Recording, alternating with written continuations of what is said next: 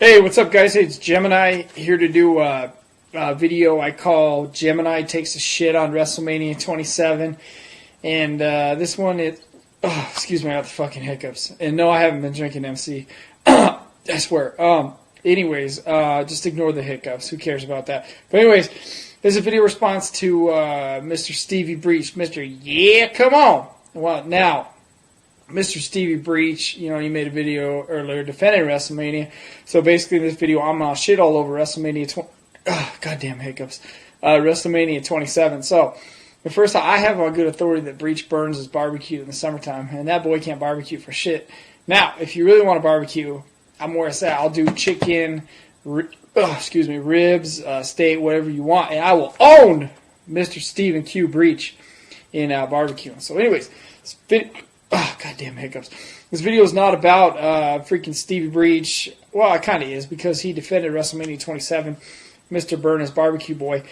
Wait, did I say that? Burn his barbecue boy. Barbecue Burn Boy. We'll call him the Triple B, the Barbecue Burn Boy. What's up, Triple B? Anyway, so we'll talk about WrestleMania 27 here. Now, made some valid points, made some interesting points. Now, you observed the show live. So, of course, it's going to be skewed when you saw it live because I went to WrestleMania 23 in Detroit, one of the greatest cities in the world. Big ups to Detroit. People shit all over WrestleMania 23, but I love WrestleMania 23 because I was there live and I got to see the magnificence known as Shawn Michaels wrestle live in the main event with John Cena. It was tremendous to me. So your idea of a live event is always going to be skewed because, you didn't see the pay-per-view presentation as it happened.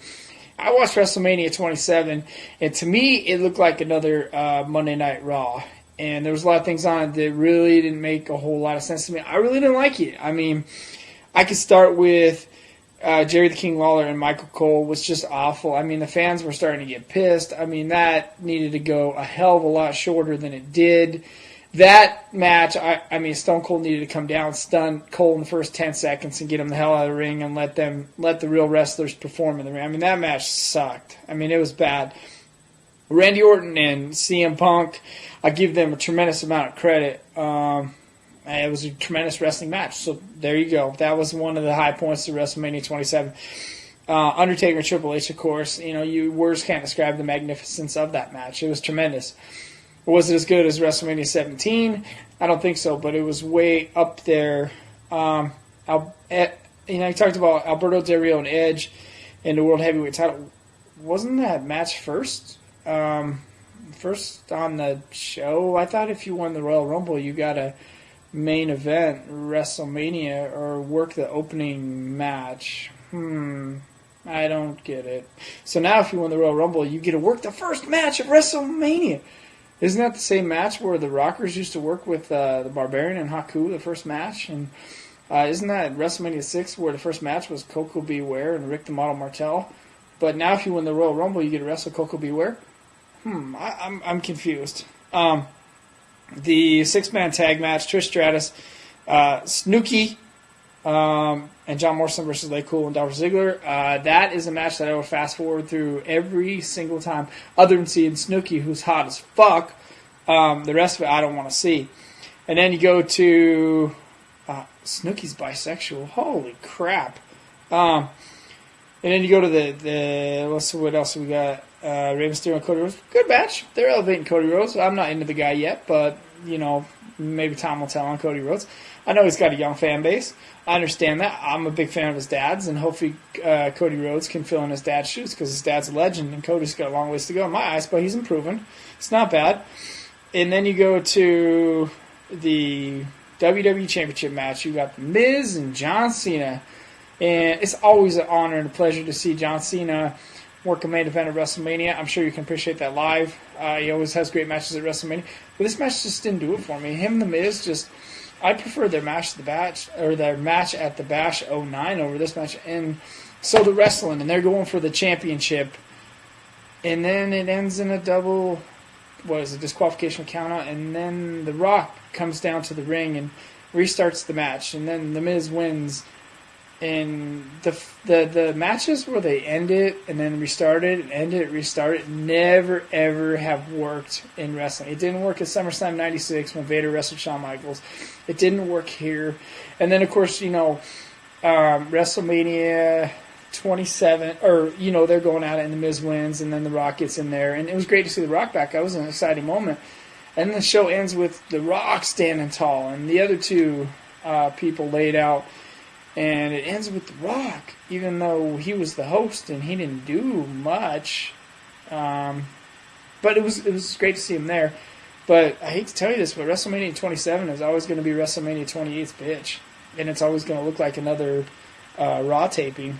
It's always going to look like it was just basically there to sell TV for the next night. And since when does WrestleMania not stand out from Monday Night Raw the next night? As far as I remember, I think Raw the next night was better than WrestleMania 27. Now, I wanted to go to Atlanta. I admit it, I didn't have the cash. Still don't have the cash, and that's fine. But I really wanted to go. I was looking at flight tickets and whatnot, and I wanted to go. But watching it, I was really glad I didn't go, because the show to me looked like Monday Night Raw. It was a fail. WrestleMania 27 was not the worst of all times. WrestleMania 11 was the worst of all times.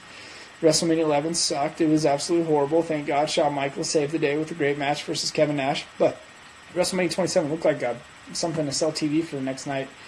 And WrestleMania 28 will blow this away. And if you take WrestleMania 27 and you compare it to like 26, 24, 23, 22, it's not even close. WrestleMania 27, it just didn't do it for me. It was all about selling TV for the next night. And my opinion is not very high on it. Pretty much it's okay. I just took it out of the plastic last week because I never had the urge to watch it. There's nothing on there really worth watching. Watching Sunny get in the Hall of Fame, she's old, but she's still hot. That's my opinion for the Triple B, the Burn Barbecue Boy. WrestleMania 27, wow. Whew, glad I saved the money on that one. See you guys in Gemini. Breach, don't burn your barbecue, damn it. Hey, what up, everybody? Stephen Breach coming to you. Going to be defending two of the, I guess, things that people like to shit on the most in the YWC here for you. One, it's a good old WrestleMania 27 show right here for you. A lot of people say this is crap, and my good buddy Gemini, the other number 2 thing, most hated thing in the YWC, made a video pretty much trashing the state of wrestling today, saying the WB waters it down, and in that he took shots at this show. And I couldn't believe that he said that this is one of the worst WrestleManias of all time, and he said that Cena versus Miz was one of the worst matches in not only WrestleMania history, but WWE history. Well, this is an awesome WrestleMania. And I'm not only saying this because I spent tons and tons of money in order to go to this show. I think that the one reason that people shit on this show is basic just storylines and storyline endings. You can't say that Cena versus Miz is one of the worst matches in the history of wrestling. Because you know what? I went to this show. Other people went to this show. Other people bought this show. Nobody paid to see Cena versus The Miz. Who do we pay to see? We paid to see The Rock and Cena. That's all we cared about, because at the time this storyline was about The Rock being the guest host and nothing other than that. We did not know until Monday Night Raw the next night that we were going to get Cena versus The Rock. We thought this was the only way they were going to get. The way that I thought they were booking this is that they made The Rock look like he was chicken shit, like he wasn't able to get in there and fight this fight himself. At any time, he could have made this a 3-way dance. He had the guest host privileges, which means he was the runner of the pack of the whole show. He was basically the Raw GM or anything. They gave him more power than anything, and he didn't do anything about it except put himself to come out there at the end and to restart the match. That's all he did. That moment when he did come back and he came out and said the show wasn't going to end like that, and cost Cena the title and went after The Miz, and then got in the show standing on the ropes. That was a great moment, not only for WWE, but for WrestleMania, for wrestling fans out there. Honestly, all of us thought that was the only way we were going to get to see The Rock. We never thought we were going to see him again. We thought that might be his swan song. He'd go back to Hollywood, start making some crappy movies none of us want to see. Now, Triple H and Taker, don't even need to say about it. Talked about it 1,000 times. One of the greatest matches I've ever seen live and anything else. Now, the Edge versus Del Rio match, a lot of people crap all over because everybody thought that Del Rio was the cap off his year, finally winning the title after doing so much already in his first year, headlining a WrestleMania, even though it was the opening match. Lots of people say that it was Edge's first last WrestleMania, and they knew that he was hurt already. I think they might have known that he was hurt, but not known to the extent that he was going to have to leave. I think it was already always booked that Edge was going to win the title that night, and the storyline was going to go from there. I did not like the fact that for 20 minutes we saw Edge and Christian go after that card, because I think everybody thought that once Christian grabbed that crowbar, he was going to turn heel on him somewhere. Now, the storyline could have gone anywhere from there. It could have been that Del Rio used his money to actually pay off Christian, and they were going to have Christian turn on Edge at the next pay-per-view, make Del Rio the champion that way. Then we were going to get an Edge versus Christian feud, which I think everybody would have liked, but to help elevate Christian, put him higher up the card, because I think everybody hated the way that they elevated Christian with him winning the title against Del Rio in the ladder match, and then putting it on Randy Orton on the first SmackDown after that. I thought everybody thought that they were shitting on Christian and we were never going to see him move up the main event again.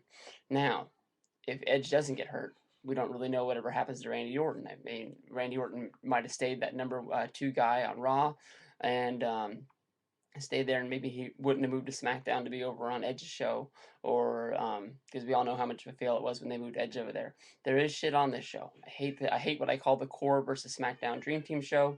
I do think that what they hinted on with the Core versus Nexus, I thought that would have been a great. A great match to have at WrestleMania. They hinted it at the Rumble.